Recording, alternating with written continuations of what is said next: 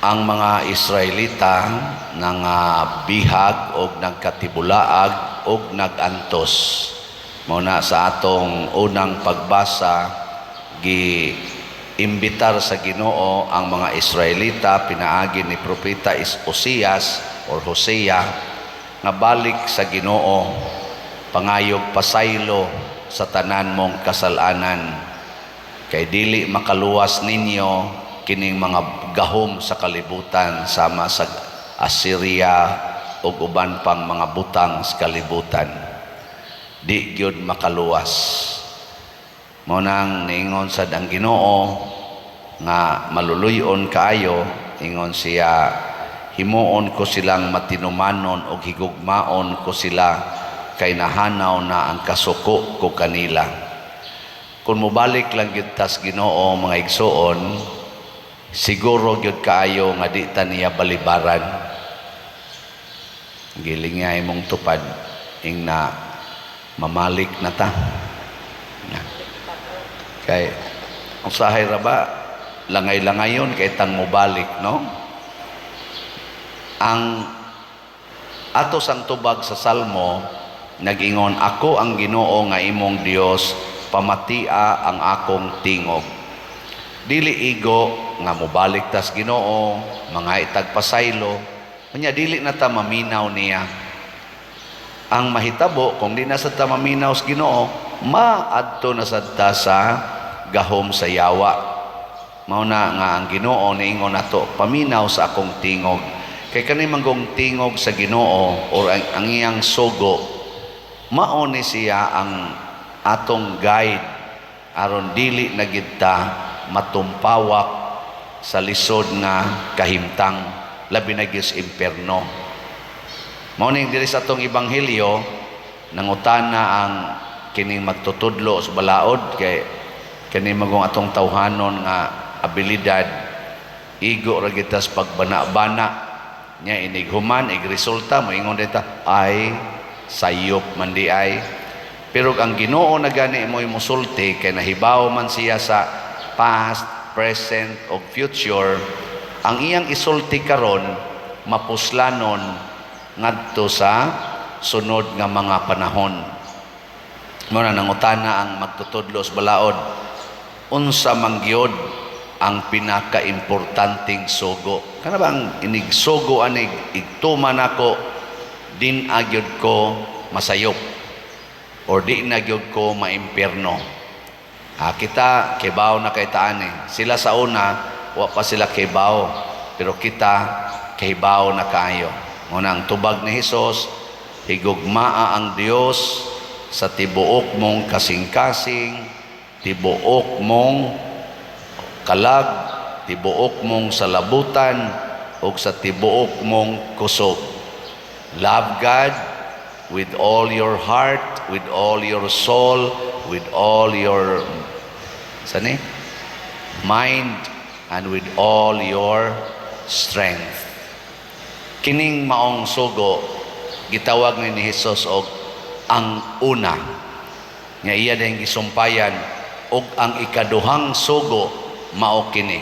So dunay second, dili ni magkabuwag, kay kung mawa ang una wa na say second niya. Ang second, higugmaa ang imong isig katawo sama sa imong kaugalingon.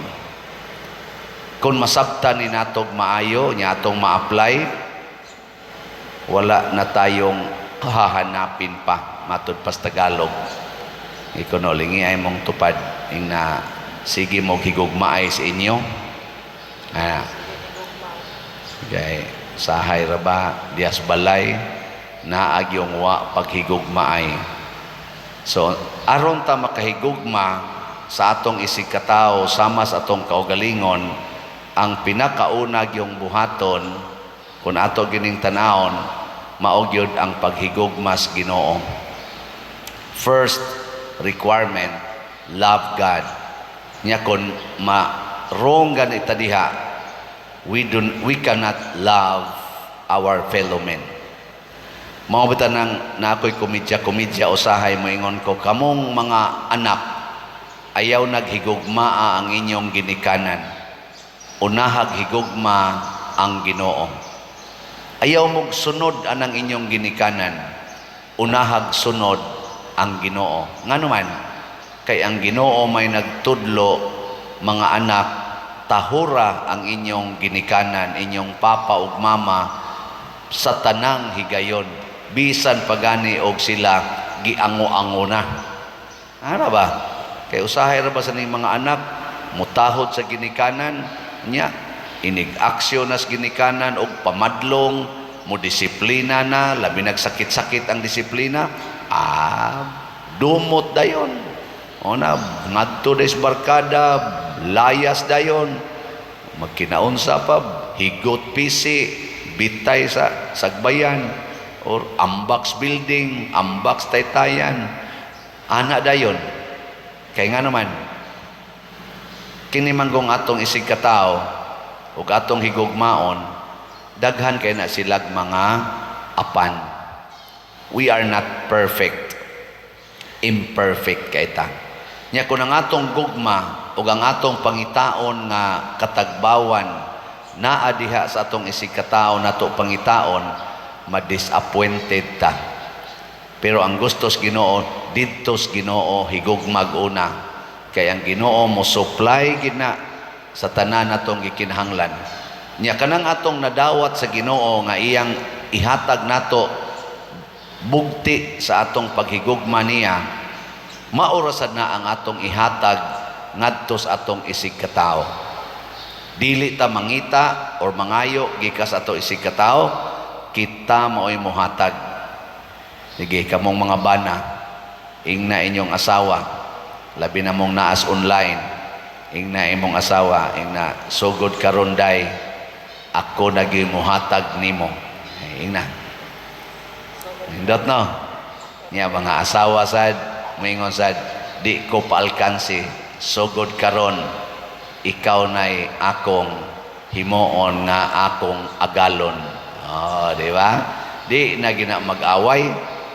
Mga anak, ingna sang inyong ginikanan, ma, pa, daddy, mami, sugod karon, kamo na gyud mao'y akong hatagan sa akong gugma. Oh, pagkaninduta na.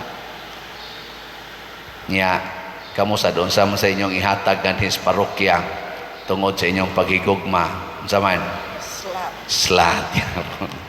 Dali ra gyud kay mo kay bao, no? Nya unsa man sa ihatag sa parokya nga nato, kitang namalit og slots.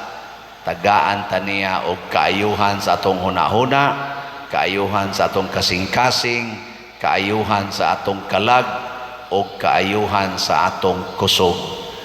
Mao na ang ihatag sa Ginoo, the whole faculties natong mga tao ayuhon sa Ginoo. Mao bitaw na kanang mga taong aktibo kay sa simbahan, kining gasigig alagad sa simbahan, nya siging higugma silang isig katao, makita gid nato nga alive kay sila. Bisan god o kanang hapit na sila mga matay, mag-smile ilang naong. No? Bisag wa na sila'y kwarta, gaan kay sila naong, di gyud maratol. Ako daghan na kay kog kaila nga ingon ana, nga perti na gyud, na gyud gaungaw sa kamatayon kay tawgo nato nga kana mga stage 4 cancer, kana di na gyud ma-reverse nga mga kuan sakit, pero pagka-relax. Pero daghan kay kog nakita nga murag way sakit, pero pagkaratulon nga naman ang gihigugma ang kaugalingon. Wa mahigugmas Ginoo, sige lag pangayo didto sa Ginoo. Wa mahigugmas iyang isig katao, siging gamit sa isig katao para sa ilang kaugalingon. Mabta na kaning mag-declare sa kalibutan nga mga top billionaires, top millionaires, murag hilasan ko usahay. Nga naman, tungod kay kanang tanan nga ilang nakapamilyonaryo nila, gikan na sa mga tao nga namalit sa ilang produkto. Diin ba sad sila ng ilang produkto nga gihimo gikan sa kalibutan nga hinimos Ginoo. Kinsa may gatudlo nila kaalam aron mamugna nilang maong mga produkto, ang Ginoo mo'y naghatag sa ilang salabutan. Pero ang uban nila, sige na lang higugmas kwarta, wa na'y paghuna-huna, unsay sugo sa Ginoo para sa kwarta. Imong tigomon, hangtod mo abot og tag $100 billion, $200 billion, $300 billion para ragyod sa imo. Asti lang, paita. Nya imo da yung i-publish sa World Magazine, o asa na i-publish, the top billionaire, the richest man in the planet. Oh, nindota paminaw, no?